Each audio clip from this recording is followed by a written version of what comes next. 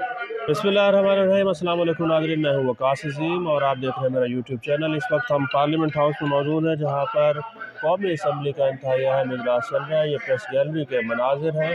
आपको बराह रास्त तकरीरें भी दिखाई दे रही होंगी। आपसे थोड़ी देर पहले मौलाना फजलुर रहमान जमीयत उलमा इस्लाम के सरबराह ने आज कौमी असम्बली में पहली मरतबा खिताब किया है। जब से उन्होंने हलफ उठाया था, हलफ उठाने के बाद वो पहली मरतबा कौमी असम्बली में आए हैं। इस दौरान बहुत सारे कौमी असम्बली ने अहम मराहल तय किए हैं। वज़ीर आज़म का इंतखाब था, जमीयत उलमा इस्लाम ने उसमें हिस्सा नहीं लिया, शिरकत नहीं की। फिर सदर मुमलिकत का इंतखाब था, उसमें भी जमीयत उलमा इस्लाम ने हिस्सा नहीं ली। तो जो कानून साजी हो रही है, एक तरफ से जमीयत उलमा इस्लाम इस पार्लियामेंट का कानून साजी का हिस्सा नहीं बन पा रही। आप समझ लें कि जमीयत उलमा इस्लाम इस वक्त उसने पूरी पार्लियामेंट का बाइकाट किया हुआ है। और आज मौलाना फजलुर रहमान ने जो तकरीर की है, उसमें भी उन्होंने इंतहाई अहम नुकात के ऊपर बात की है। ख़ास तौर पर पाकिस्तान में जो आम इंतखाबात हुए हैं, उसकी शफाफियत के ऊपर सवाल निशान उठाया है। मौलाना फजलुर रहमान ये समझते हैं कि ये जो पार्लियामेंट इस वक्त मौजूद है, ये किसी और ने मुंतखब की है, आवाम के वोटों से मुंतखब नहीं की। वो समझते हैं कि एक तरतीब दिया गया है इस पार्लियामेंट को इस अंदाज से कि किसी के पास भी इक़्तिदार भी नहीं है, इख्तियार भी नहीं है। जो लोग जीते हैं वो भी मुतमईन नहीं है और जो हारे हैं वो भी मुतमईन नहीं है। इसके साथ साथ आज उन्होंने ये भी ऐलान कर दिया है कि नवाज़ शरीफ और शहबाज शरीफ हुकूमत को छोड़ दें, आसिफ अली जरदारी ऐवान सदर को छोड़ दें और बिलावल भुट्टो इस कौमी असम्बली में जो हुकूमत की साइड पर बैठे हुए हैं, वो हुकूमत वाली साइड छोड़कर अब अपोजिशन का हिस्सा बन जाए। इस वक्त मेरे साथ सीनियर सहाफ़ी तज्ज़िया निगार इरशाद अंसारी साहब मौजूद हैं। इनके साथ गुफ्तगू करते हैं और पूछते हैं कि सर, ये फरमाएं कि मौलाना फजलुर रहमान की सियासत कुछ समझ आ रही है, क्या कहना चाह रहे हो? जी देखिए, मौलाना की सियासत जो है वो हमेशा गहरी रही है और सारी दुनिया जानती है कि मौलाना की सियासत और मौलाना जो बात करते हैं वो बहुत गहरी बात करते हैं और जो ताकतवर हल्के हैं वो भी ये बात जानते हैं, वो भी मौलाना की बात को हल्का नहीं लेते। आज जैसे आपने अपने इंट्रो में भी बताया कि वो पहली मरतबा इस ऐवान का जो है वो बाज़ाब्ता तौर पे हिस्सा बने हैं और उन्होंने खिताब किया है।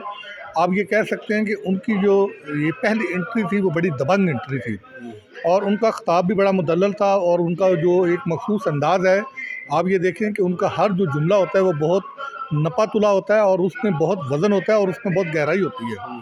आज भी जो उन्होंने बातें की हैं वो बड़ी ज़ूम-ऐनी और बहुत गहरी बातें की हैं और उन्होंने दर पर्दा जहाँ उन्होंने इंटरनेशनल हालात का जो है वो बड़ा मुदल्लल हवाला दिया और हवाला दे के उसका अहाता किया और बताया कि इंटरनेशनल लेवल पे जो गेम चल रही है वो क्या चल रही है, उसको फिर उन्होंने जोड़ा है पाकिस्तान के साथ। वो बहुत ख़तरनाक उन्होंने एक लिहाज से इशारा दिया है कि पाकिस्तान में जो बदअमनी फैल रही है, जिस रोज़ बरोज़ जो सिचुएशन अपसेट हो रही है, उसको उन्होंने कोरिलेट किया है कि अमेरिका ने जहाँ भी दुनिया में कहीं जाना होता है वो वहाँ पे अनरेस्ट फैलाता है, इस तरह के हालात पैदा करता है, फिर इस तरह के हालात को जवाब बना के वहाँ पे अपनी फ़ौजें उतारता है। अच्छा, अमेरिका का जो मुखालिफ बयान है वो शुरू से जमीयत उलमा इस्लाम और पाकिस्तान के मजहबी जमातों का रहा है कि हमेशा वो अमेरिका की मुखालफत करते हैं। लेकिन अब मौलाना फजलुर रहमान इमरान खान के साथ खड़े होते हुए दिखाई दे रहे हैं, उनकी हिमायत कर रहे हैं।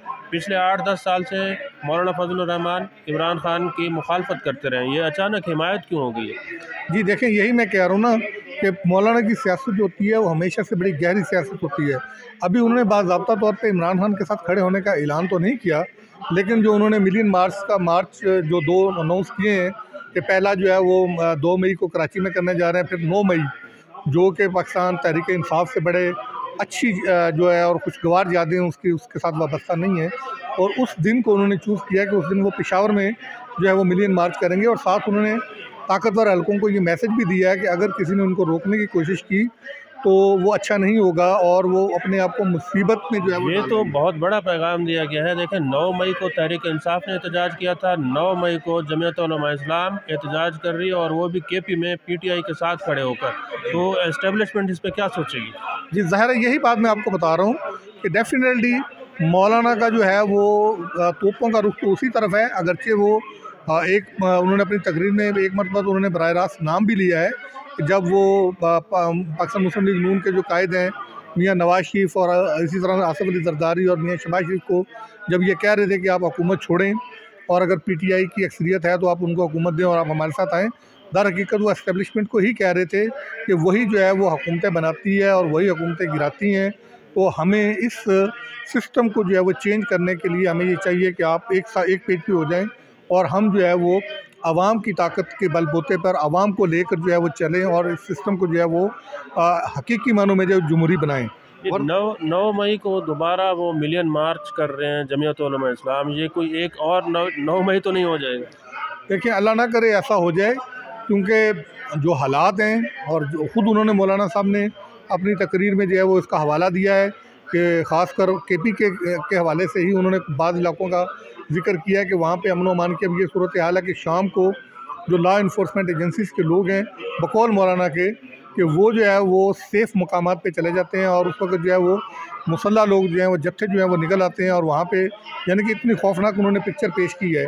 इन हालात में अगर अल्लाह ना करे कि कोई ऐसा कोई सानहा या कोई मिसहैप होता है तो डेफिनेटली वो मुल्क के लिए अच्छा नहीं है। देखें, इसको आप कोरिलेट करें, जैसे अभी ऑफ द रिकॉर्ड हम ये प्रोग्राम शुरू होने से पहले भी बात कर रहे थे, अगर आप इसको रिलेट करें अपने मुल्क की सॉवरेनिटी के साथ, मुल्क की जो है वो मुआशी सूरत हाल के साथ, तो ये इंतहाई ख़तरनाक है।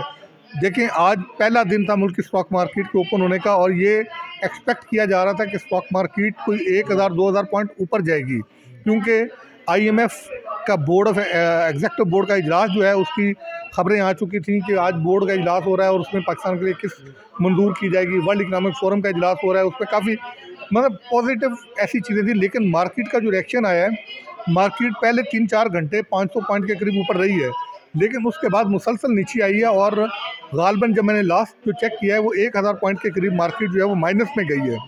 तो ये कोई साइन अच्छा नहीं है कि इतनी पॉजिटिव चीज़ें होने के बावजूद जो है वो मार्केट रिएक्ट नेगेटिव कर रही है। तो लिहाजा पॉजिटिव क्यों हुई थी पहले?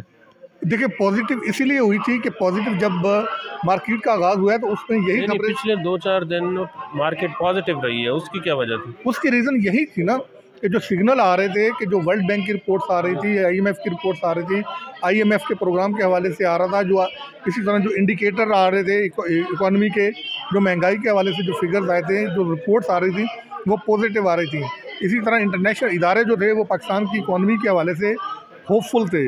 लेकिन चूँकि आप भी ये समझते हैं, आप भी इकोनॉमी की बीट भी करते हैं कि इकोनॉमी जो है वो बराह रास्त जुड़ी हुई है आपकी सियासत के साथ।